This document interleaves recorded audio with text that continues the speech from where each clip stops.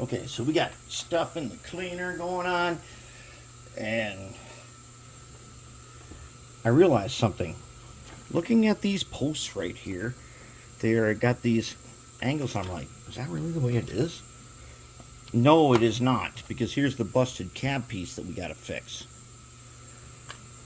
So the thing is, there's some screws in here, and check this out. We're going to have to clean this guy. That's no problem. We'll clean him. It's got something wrapped around the axle. Looks like carpet fiber. That's no problem. There's no tire on here. Now, I have an idea that I've never tried, but I might try it. And a bunch of you are going to say right now, oh, you should use some bullfrog snot. Well, once upon a time, I spent the like $40 to get bullfrog snot delivered to me. And the problem is, bullfrog snot is super temperature sensitive. And when it arrived, it was ruined. And it was a complete waste of money. So the bullfrog snot's in this jar up on the shelf as a thing to look at.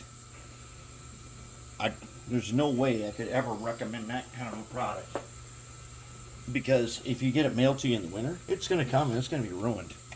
And even if they do take it back, it's still going to cost you. So what are we going to do? Well, let's see if we can't use our favorite stuff. Which I'm almost out of.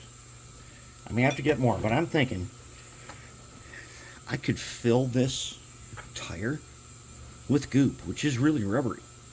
I could fill this, and if I smoothed it just right, I might have a tire.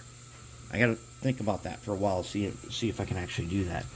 And I can see right now the gear's pretty worn. This train set is at a school, and lots of kids play with this. So we gotta do what we can do to make it better. Now this, we gotta fix this. We can't have it like that.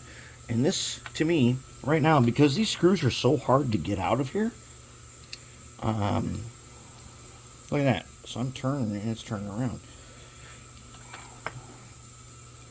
Those screws are way too big for this. They're just too long. They shouldn't be that long, because when you turn them, this is why the cab breaks off.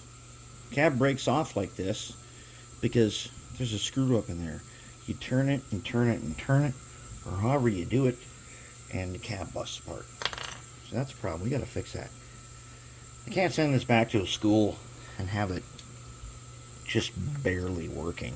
We could just put this together right now, and I could super glue that cab back on there. It'd be fine. But you know how that's not the way we do things here.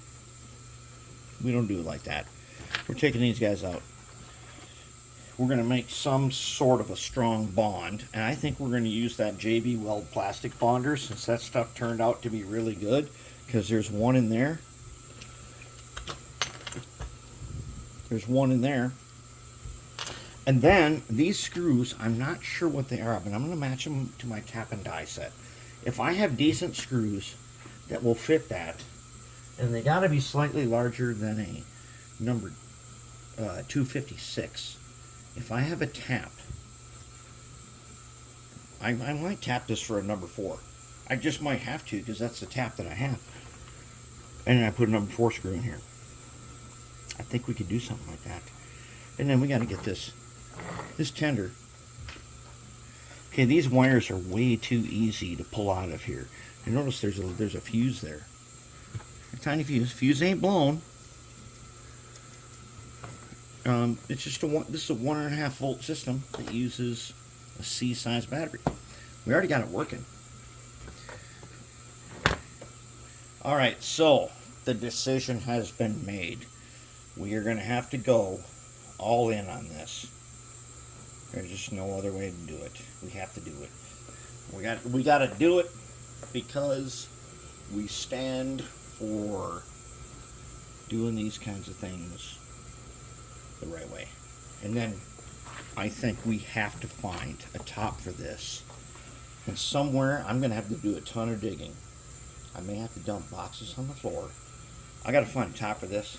And hopefully I can find a coal load that came in an ancient AHM gondola I might be able to make something where I can screw that down and you can still put the battery in.